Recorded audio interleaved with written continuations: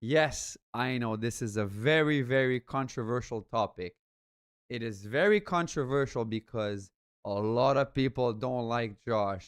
A lot of people want to blame him for everything that happened on that mountain.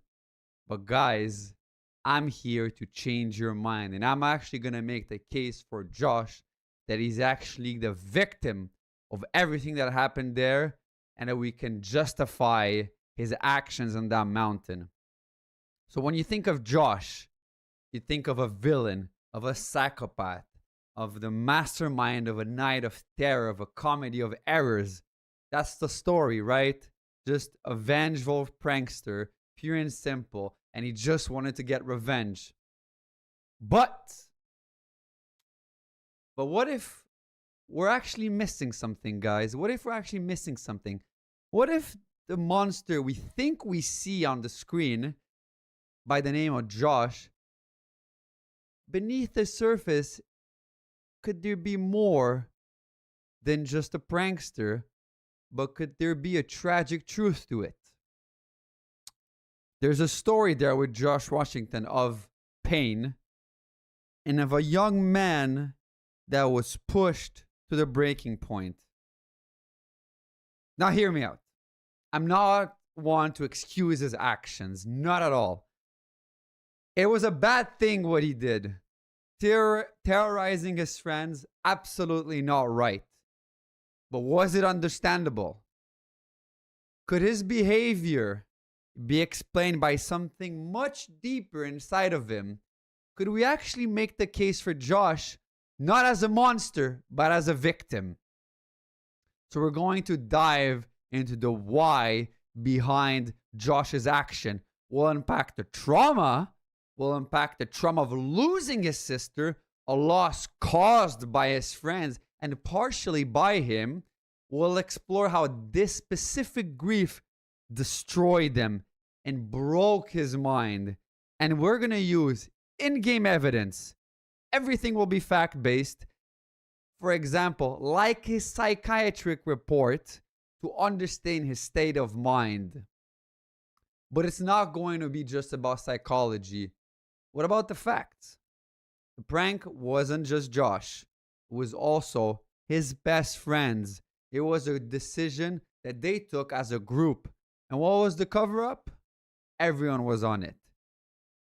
So, could Josh's twisted game and his comedy of errors, this night of terror, would actually be a desperate attempt to make them face their own guilt and face responsibility for their actions? To understand this, I want you to imagine something. So we humans have companions. We have dogs. Dogs are known as a man's best friend. Now imagine you've raised a dog since it was a puppy. It was part of your family, a brother or a sister or even a son or daughter. And one day, your best friend, the closest friends you have, decide to pull a joke on you or a reckless stunt. And in that process, that dog, your companion, a human's best friends, end up dying. That dog ends up dying because of your closest friends. You're devastated. You are betrayed. You are angry. You are sad. You feel the worst negative emotions a human could feel.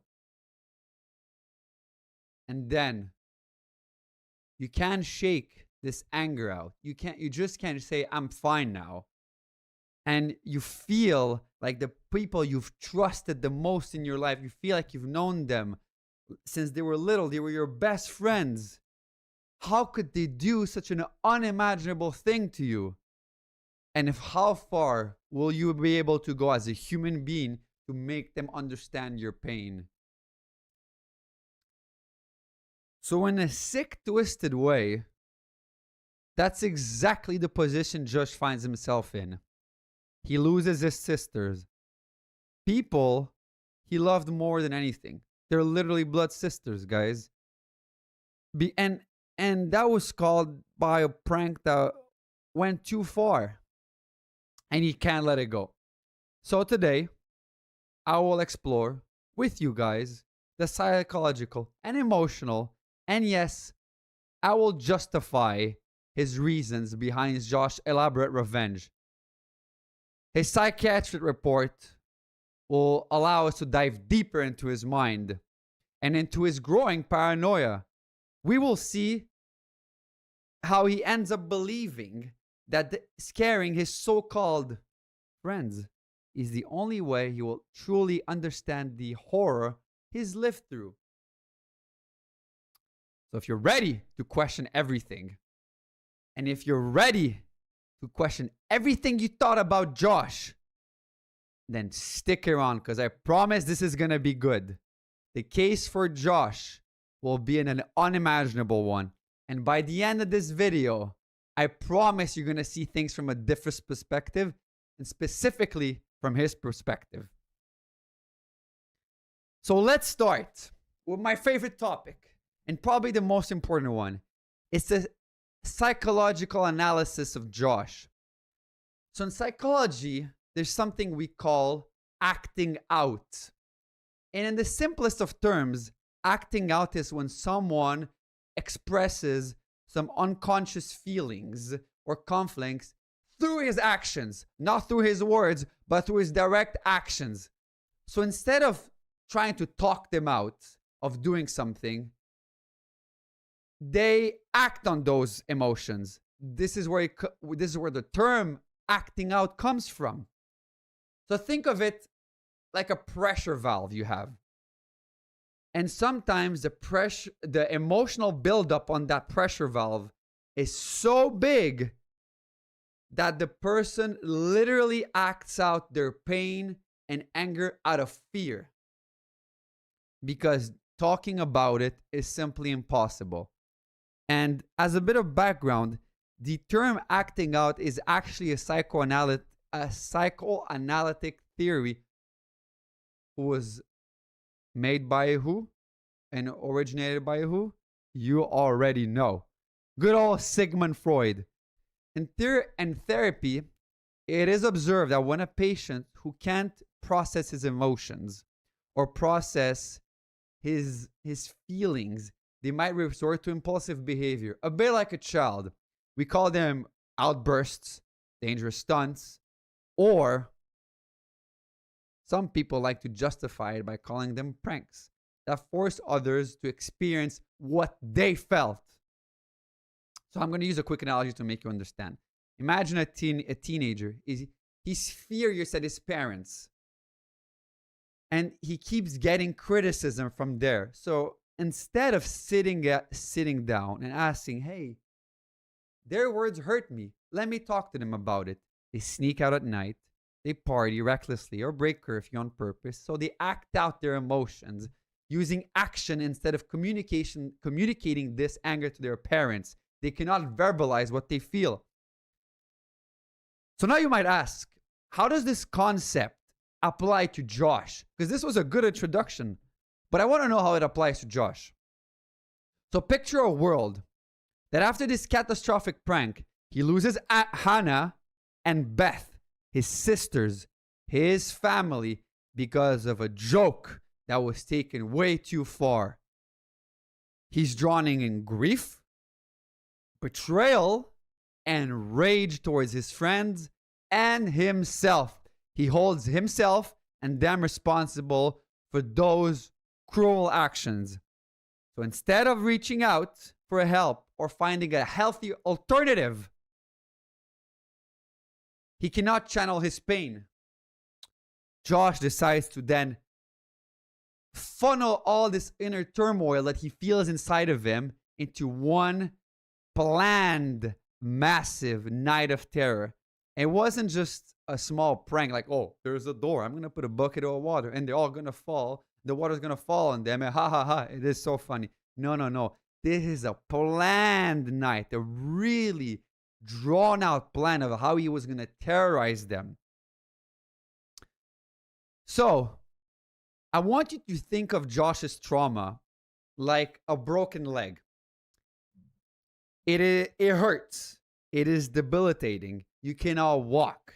And what does a broken leg need at the moment? It needs compassion, help, healing, and support.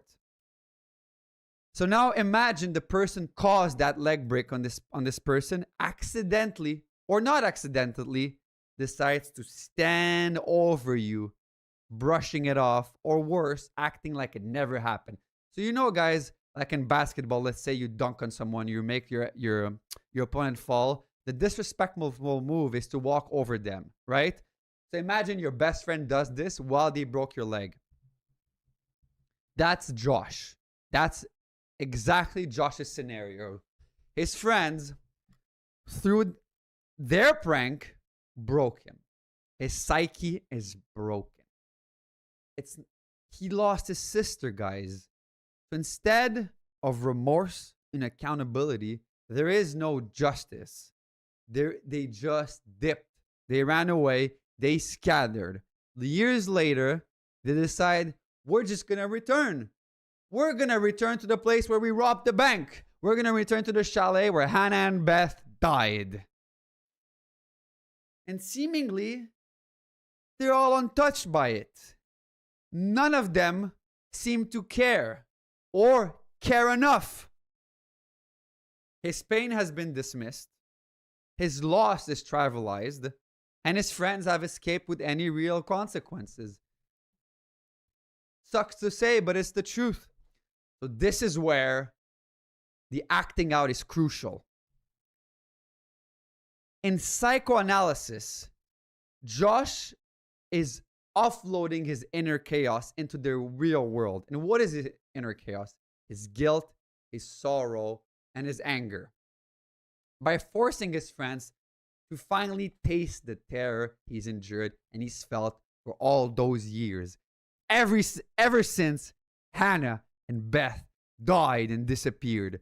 He's staging it all, guys. Traps, psychological twist, scaredness, and it's a full-on nightmare, which is mirroring the horror that he cannot escape inside. And this isn't just a simple revenge, guys. It is not. No. This is where everyone gets it wrong. It's not a revenge. It's a cry, and a desperate one, for justice. It is also a manifestation of a disorganized attachment. It is a conflicted behavior. It's an emotional dysregulation. And it's a way of coping with the horrifying pain that he feels inside of him. So in essence, Josh wants to make them feel the same anguish that he felt. To finally make them confront with the reality that they've seemingly decided to ignore. So he's reenacting his trauma in a broken, twisted way. Okay, we can all agree that is broken and twisted, hoping to force the remorse out of his friends. Finally, just feel bad for what you did, or at least draw out some accountability. He believes that no one has taken the blame. We can agree that there was no justice in this. And in his fractured mind, this terrifying game is his method of making them feel finally this burden they should have felt this whole time, because he wasn't the only one who was part of this prank, and it is his sisters. They were also part of this, and they need to take part of it and to finally acknowledge their role in the destruction of Josh's world. So you might ask yourself, well, I understand everything you're telling me now. I understand the psychological aspect of it. But how can you make this justifiable? This is what it is all about. Well, you got to put yourself into Josh's shoes, and you got to put himself into his perspective. This is not random cruelty, guys. It is a direct response to a tragedy that he is convinced went unaddressed. Maybe they feel bad for what they did, but he doesn't know about it, and no one knows about it, and they don't show it. So no one owed up to the harm, no one took the blame, or at least recognized, guys, how serious it all was that his sisters died. So by scaring them senselessly, really, Josh is forcing them. Josh is, in a twisted way, Josh is forcing them to deal with their part in this fate for his sisters. He thinks this is the closest thing he can get to justice. And for some people, they will agree with this. I don't agree with vengeance, but the human spirit is flawed. We are sinful creatures, and sometimes grief is just too much. And we need a way for justice. This is the same way how when killers do not have justice. There's no justice for the killing of innocent people. So people feel like they have to do the job of the justice system for them.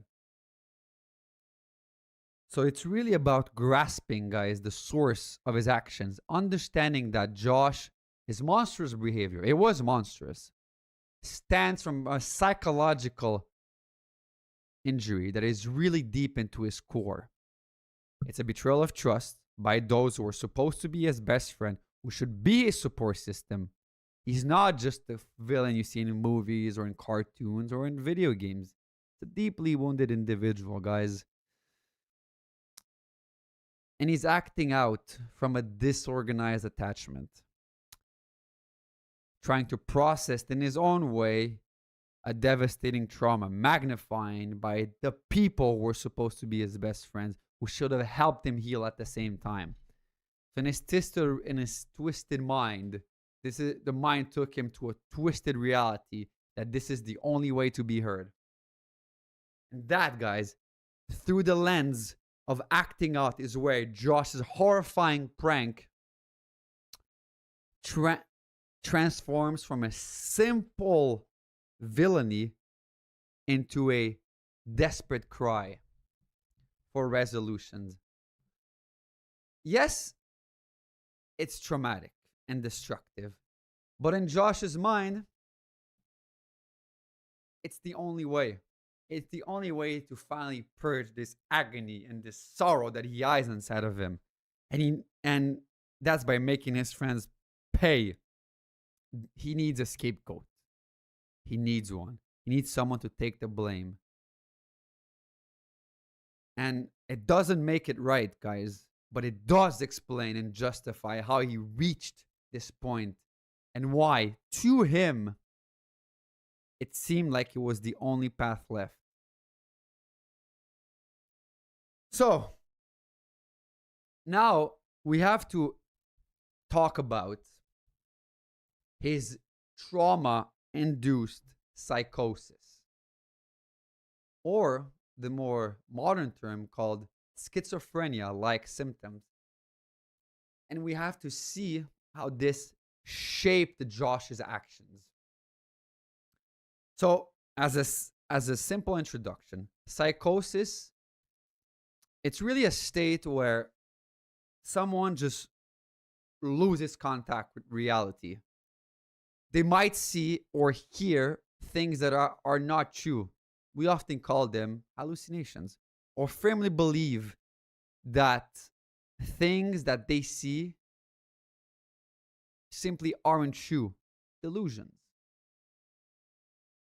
So schizophrenia is a chronic, guys, it's forever. It's a chronic mental disorder marked by these symptoms: paranoia, delusions, visual hallucinations, and there's organized thinking.